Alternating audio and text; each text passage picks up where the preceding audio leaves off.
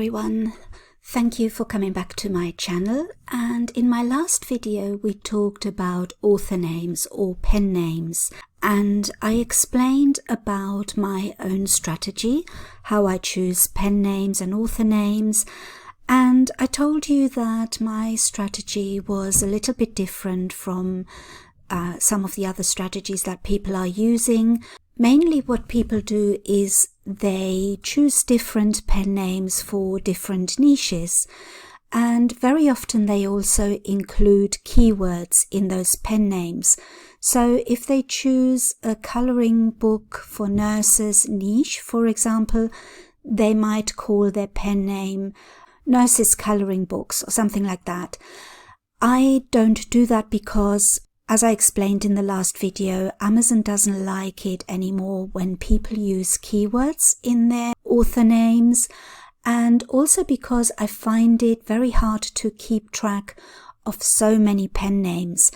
And as I said, the other advantage is if you use one pen name and you have different niches in it, when people click on that pen name, they will see that you have different books in it, and even though they might be interested in a logbook of some kind, but they see that you have a coloring book as well, the same author is doing a coloring book, they might think, I like the logbook that I bought last time. They also do coloring books. I think I'm going to try and buy that as a present, or whatever their reason.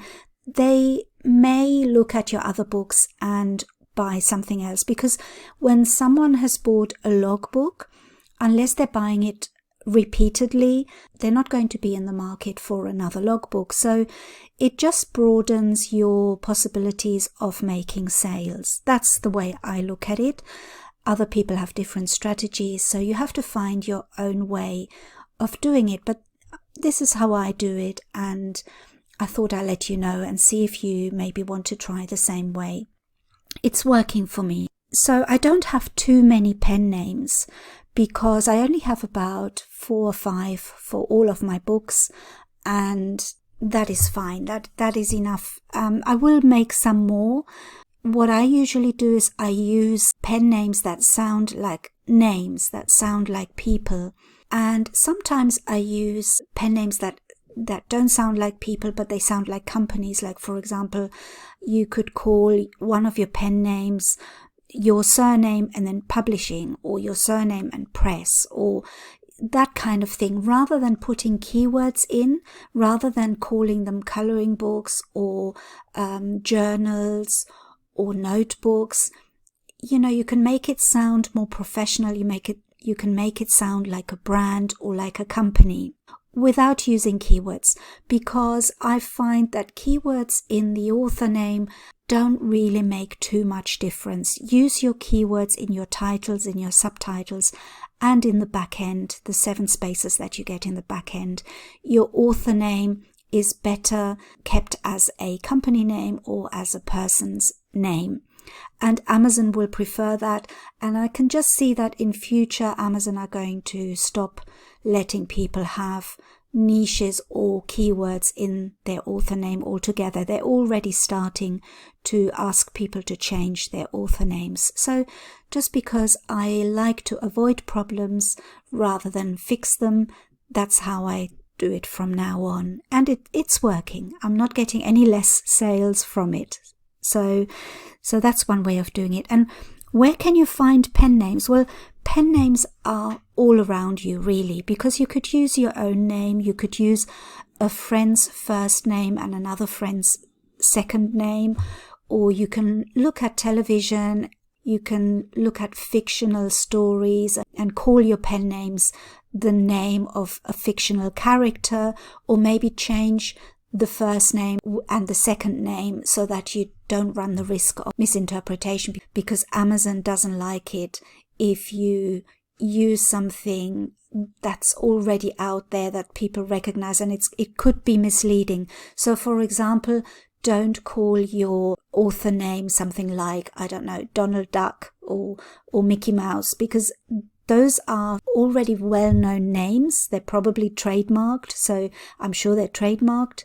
So don't use anything like that.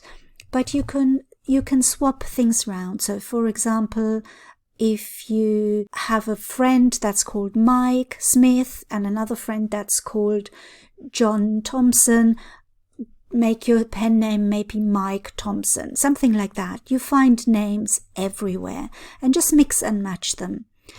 And the other way to do it is to use name generators. And there are lots of really interesting ones, and I'm going to show you some funny ones in a minute, but you can also just type in pen name generator into Google and you get some of the generators that authors use to generate their author names. Let's have a look and see what the fun generators are, and I hope you enjoy the video. Now, where can you get ideas for your pen names? Well, the first thing you can do is you can type in name generator into Google. So if you type in name generator, you get a list of name generators. So basically then you can click on one of them, like this one here, name generator. If we click on that, this is quite a good one. I quite like this. So you can have a quick name, a character name, a pen name, a band name. Let's click on pen name, see what happens.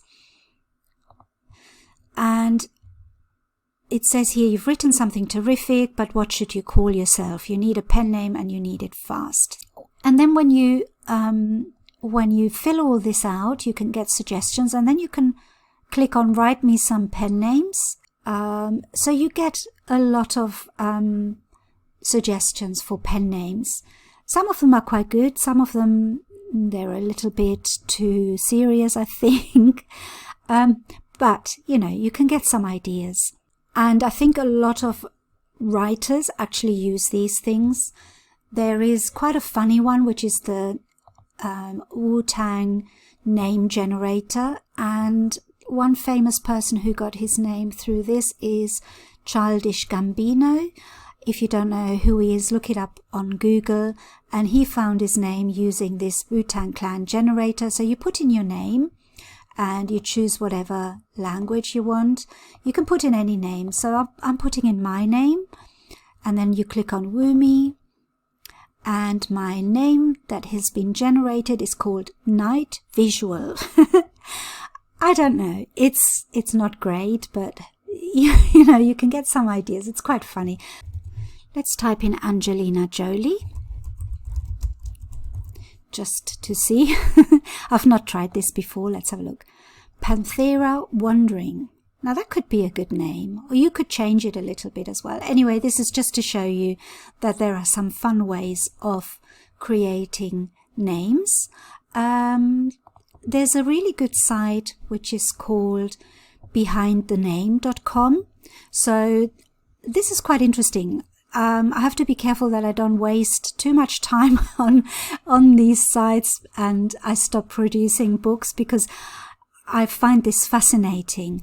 And on this site you have a random name generator as well, so you can click on this and let's see what we can find here. So this is asking you some questions to generate a name. How many? Do you want first name, middle name, first name only, first name, 2 middle names? Let's go for first name, 2 middle names. Which gender? I'm going to put in feminine, just so as if I was looking for a pen name for myself, but you can put male, female, whichever.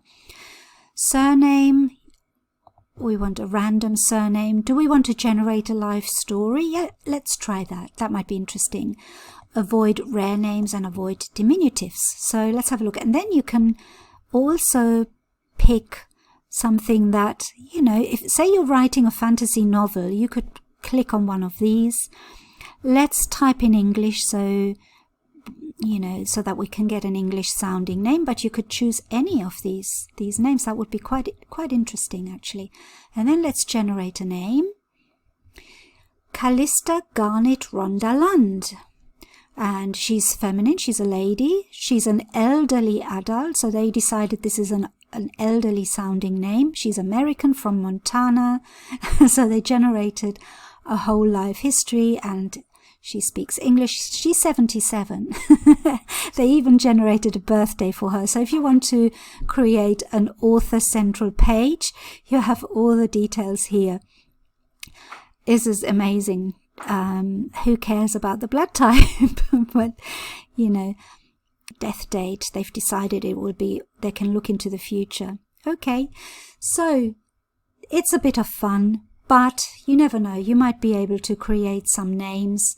I tend to just think of names myself. I haven't had to use one of these name generators yet, but maybe one day I will run out of ideas and then I can use something like this. So let me know what you're thinking about this. What is your view? How do you use your pen names? Do you choose your pen names according to a niche? How many pen names have you got? So, like I said, in my case, I don't have many pen names because I find it too difficult to keep track. And I just don't think it's that important. Unless I want to brand my pen name, then that is a different thing altogether. And I will make a video on branding because I think that is important. But when you're starting your KDP business, don't worry about those things. Just generate a name, a pen name. Any name will do. Don't be too hung up on it. Don't spend too much time on this because it really doesn't matter at the end of the day. So I hope this has helped you. Let me know if you've got any questions. I will try my best to answer them. And other than that, I just want to thank you so much again for coming to my channel and watching this video.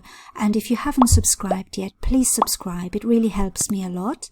So thank you very much, and I'll see you in my next video.